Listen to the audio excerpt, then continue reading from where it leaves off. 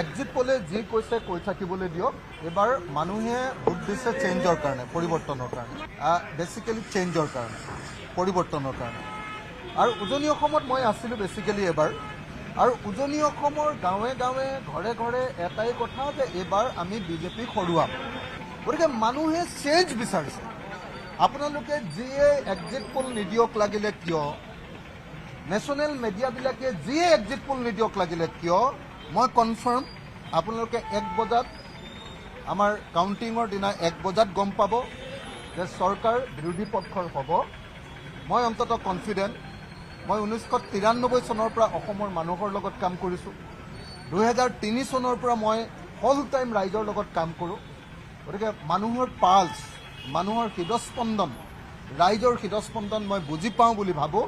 আৰু সেইকাৰণে মোৰ দীৰ্ঘদিনীয়া অভিজ্ঞতাৰ ফলস্বৰূপে মই আপোনালোকক ক'ব খুজিছোঁ যে এইবাৰ বিজেপি চৰকাৰৰ বিৰুদ্ধে মানুহে ভোট দিছে, আৰু এইবাৰ আমি বিজেপিক হৰুৱাম।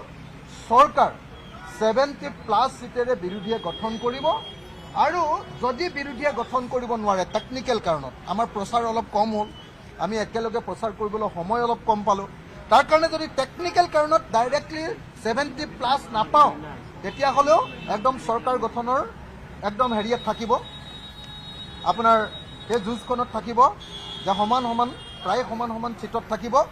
আৰু তাৰ পাছত বিজেপিয়ে আমাৰ মানুহ কিনিবৰ কাৰণে চেষ্টা কৰিব।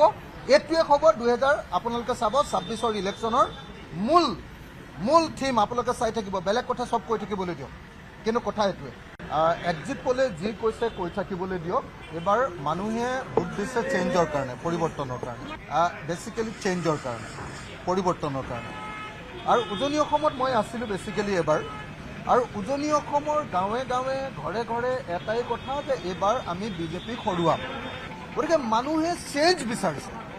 আপোনালোকে যিয়ে এক্সিট পোল নিদিয়ক লাগিলে কিয়, নেশ্যনেল মিডিয়াবিলাকে যিয়ে এক্সিট পোল নিদিয়ক লাগিলে কিয়, মই কনফাৰ্ম আপোনালোকে 1 বজাত আমাৰ কাউণ্টিঙৰ দিনা 1 বজাত গম পাব যে চৰকাৰ বিৰোধী পক্ষৰ হ'ব।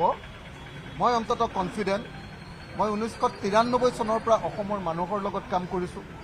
2003 চনৰ পৰা মই হোল টাইম ৰাইজৰ লগত কাম কৰোঁ।